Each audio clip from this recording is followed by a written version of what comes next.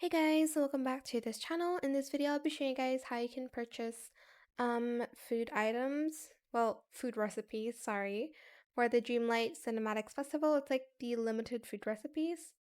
So go to Masimo here. He is on Residential Street. You're just going to talk to him, cooking store, and you're just going to purchase some food recipes from him. Don't forget to press learn. Also, while you're at it, purchase the brown sugar as well because you need it, and the salsa sauce. And once you've gotten the ingredients, you can just cook it here. Select the item you want to make and start cooking. And that is it for this video. That's where you can get the recipes from. I hope it was helpful for you guys.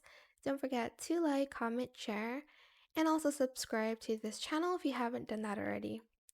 If you have any more questions about this video, just leave it in the comment section down below. I will try my best to answer them all for you guys. And if you found this video helpful, please click the thanks button as well. That is it. Thank you so much for watching. Bye.